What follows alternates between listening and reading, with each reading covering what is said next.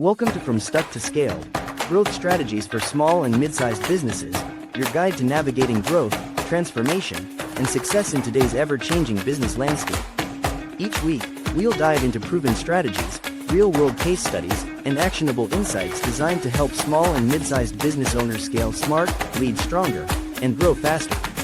Let's get you unstuck and on the path to sustainable, scalable success. Now your host, Julio Gonzalez. Welcome back to From Stuck to Scaled, Growth Strategies for Small and Mid-Sized Businesses. I'm your host, Julio Gonzalez, and every week we explore practical strategies, leadership insights, and real-world tools to help small and mid-sized businesses break through barriers and grow with confidence.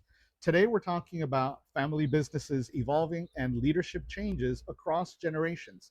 If you feel stuck working with a family business, this episode is for you. Let's get started. Today's guest represents the next chapter in one of South Florida's most beloved small business stories. Alex Recio Jr. is part of the team behind Miramar Bakery, a Cuban bakery that's been serving the Hollywood community since 1983 with heart, heritage, and unforgivable flavor.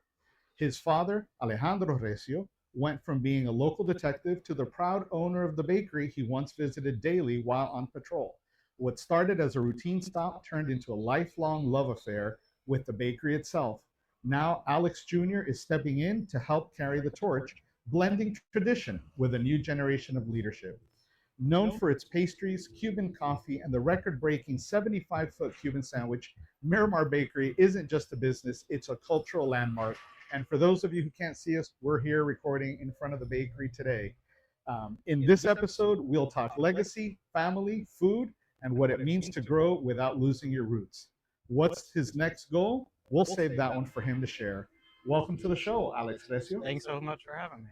Tell us about yourself and then the bakery. Well, I was born and raised in Hollywood, and like you said, my dad was a Hollywood police officer. I went to school up at FSU in Tallahassee, and then went to law school, the University of Miami School of Law down in Coral Gables. I had no desire to be a lawyer whatsoever. I was always a fat guy who liked playing with food, and so I decided not to be a lawyer and come back into the family business.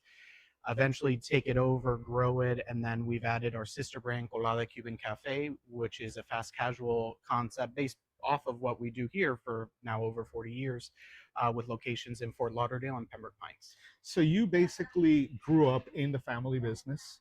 I'm sure you were probably in the back in the kitchen. What was that like? So it's a very special business to grow up in. It's early mornings and late nights. We're sort of open 24 hours, even though we aren't necessarily open to the public 24 Sure. hours. We always had great birthday cakes, and it was an amazing experience learning the business inside and out from such an early age. And what was it like watching your family run the business?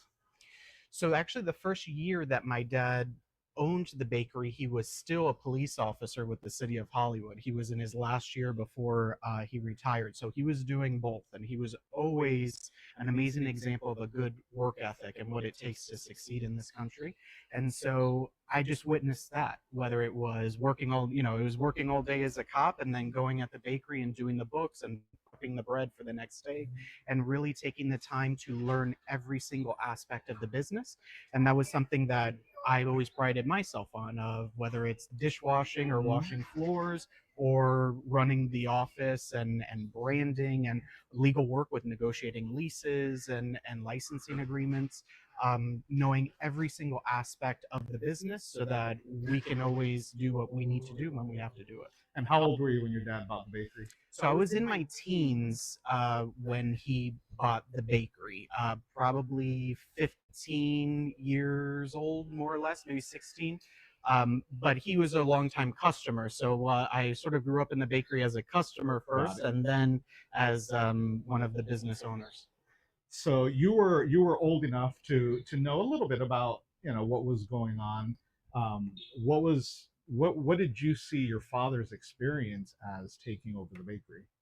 Well, he loved it because he's very much a people person. I don't have that trait. I have to work at being a people person and warm and fuzzy, and I've gotten a bit better over the years with it. But he was certainly in his element when it came to the bakery. And so really witnessing his appreciation and understanding of community, uh, not only as a noun but as a verb. It was always instilled in us that community is something that you go out and build and that you Absolutely. bring into the store. And so that's what we've always tried to do. And when you took over the bakery, when was that? So that would have been like 2013-ish, so over 10 years ago. Okay. And what did that transition in the beginning look like? So right, so anybody who's part of a family business understands that it's a unique experience and that there are certain disagreements that happen in family businesses that maybe wouldn't happen in a regular type of business. And so there were certainly some adjustments and some growing pains when I came in and I started setting a plan of how we were going to do things moving forward, how we were going to grow the company moving forward, that maybe the more old school minded members of our company were unsure about. And eventually it comes to a point where you have that come to Jesus meeting, as we call it in our family's history, of either I'm going to run this company or you are, because two sets of hands can't be on the same steering wheel. And eventually I was given the grace and the space to take over and really implement a lot of the changes, basic things. So for example, uh, we now use double wall paper cups as opposed to single use plastic or foam, because we want to be conscious of the environment as well.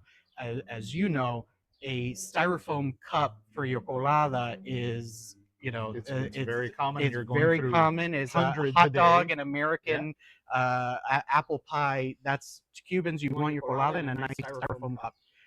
So that took some adjustments, but even the technology, introducing third-party platforms like Grubhub, Uber, Postmates, those types of things, there was resistance to that. Updating our website to where our guests could order directly on our website and pick up at our ventanita, our little window, and not even have to go inside and deal with our staff. That was an adjustment for my co-leaders and also for our employees. But eventually, if it's the right, and I'm sure I made moves that didn't work out, but if it's the right move, it'll stick, they'll adopt, and you move forward. So what you're describing is very typical of any family business, and there are going to be the arguments, and that's prone to happen. What's that evolution been like, as you've taken more control of the bakery and the business? Well, there you have the cliches of the proof is in the pudding or the numbers don't lie. So every month we get from our controller our P&L, our profit and loss statement for the previous month. And as long as my numbers are where they need to be, I get to hold it up and say, I told you so. So as long as the changes that you're instituting are effective in a positive way, because you can have a negative effect, as long as they're in a positive way and the numbers don't lie, it shows that then they can't help but come over to your side and understand that what you're doing is right. There's a funny analogy, or I'm not sure what to call it, that seniors or more elderly, parents and so forth won't take advice from someone who they saw in diapers. So that's a challenge in business, because they do get stuck, and it's my business and my way, and who are you to come and tell me how to run my business? But life evolves. We go to school, you're an attorney, you learned a lot of things that maybe they didn't have the opportunity to learn, because it was a different time and a different education. So being open, is a lot of where the benefit is in these family businesses, to allow for the transition. So I feel your pain there. um, where is Miramar Bakery and Colada going? Where do you see that expansion, growth? Um, So as far as the Miramar Bakery is concerned, we've really focused on building out our wholesale side of the business. So we have our retail, our storefront here in Hollywood that we've had for over 40 years, but we have a wholesale side of our business. So restaurants, hotels, the Fort Lauderdale Airport, um, grocery stores, Bravo supermarkets. We have a bunch of them that they buy our bread, pastries, desserts, and then sell through their facilities. So building up that wholesale side of the business allows us to scale our volume without necessarily scaling our footprint, scaling our number of employees. So on the bakery side, that's really what I've focused on doing, is expanding the wholesale side of things. And then as far as the colada side of things, we're in the process of finalizing our franchise paperwork. So our goal there is that we're able to grow that concept using a franchise model as opposed to an ownership model. Okay, no, that's awesome, and it's great to hear. How much of an effort? What has the scaling on the wholesale side looked like? And how has the rest of the family adapted to that new reality? So I'm very fortunate that we still have family members involved in the day to day of the business. My cousin, for example, is my business partner, and he also handles all of our facilities, all of our marketing. And my other cousin, Claudia, is our controller. She's a math numbers whiz. And so what we've been able to do is complement each other with the boxes that we're good at. And try to attack it from there. We've seen great success thus far with the expansion of our wholesale department here at the bakery, and we're happy where we're at.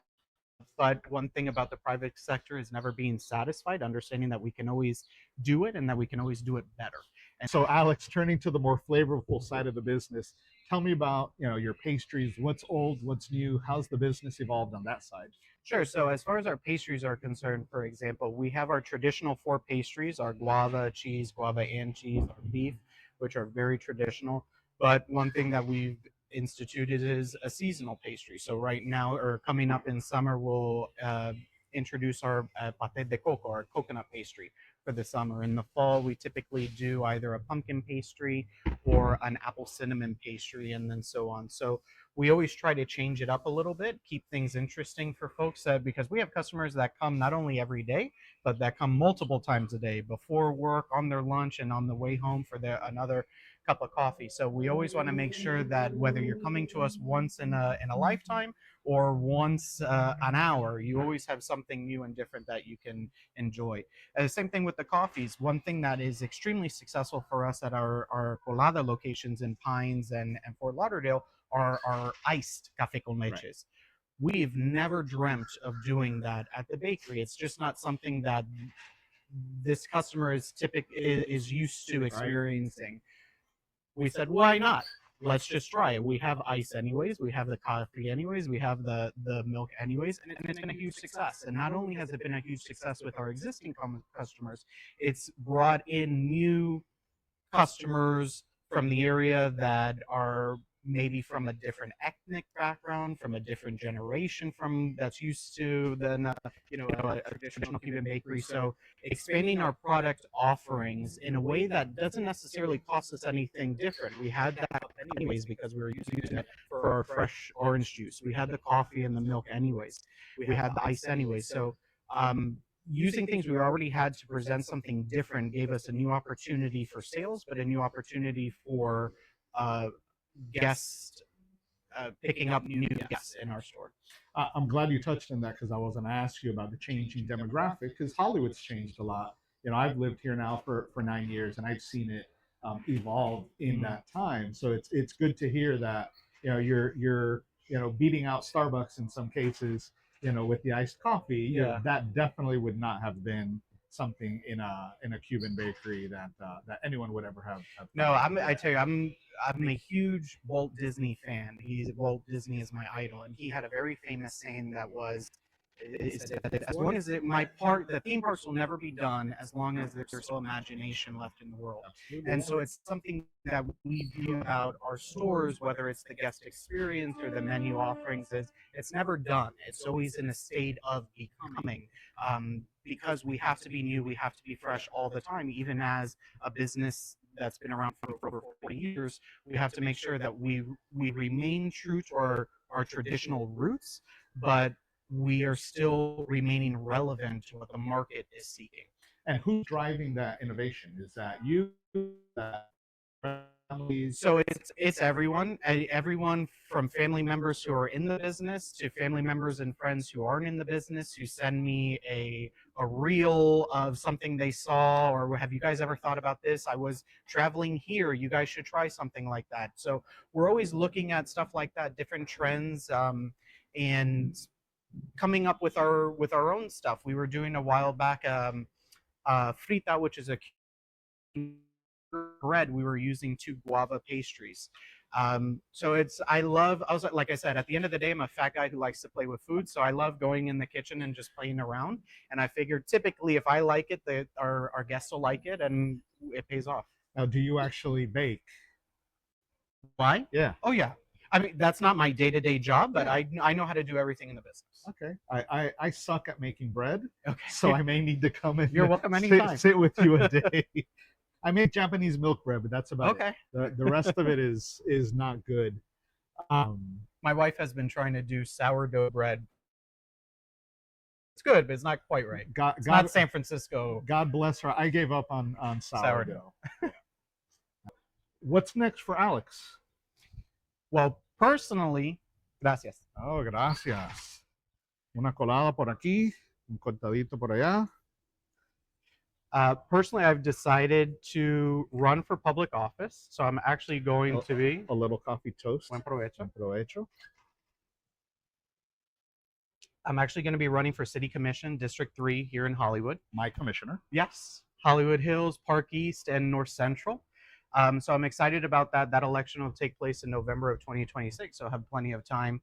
And as far as the business, like we said, we want to be focusing on our wholesale here, on our franchise expansion as far as our other concept is concerned, and then just remaining involved in the community as much as possible. We really pride ourselves on being a pillar in the community, whether it's donating food or money to events, participating in events. We always talk about hurricanes. When the city and the state shuts down for a hurricane, it's very important to us to open up as quickly as possible to help restore a sense of normalcy to the community and get people their supplies that they need. Well, that's awesome, and I know how much you're involved in the Hollywood community, and I commend you for that. Thank you. I look forward to future podcast with Commissioner. We'll see. Recio, and we'll see how that goes. But no one leaves the podcast without providing our listeners with a couple of tips that they can take action on today to help their business. So what can you recommend to our listeners? Well, as far as the business is concerned, I would say the biggest step for me was deciding to do it, deciding to get involved. I was in law school at the time, and so taking that leap of faith and investing in myself to be my own boss, the control of my own destiny, was the biggest, or is the biggest advice that I can give somebody. Is first, you got to make that decision and commit to it.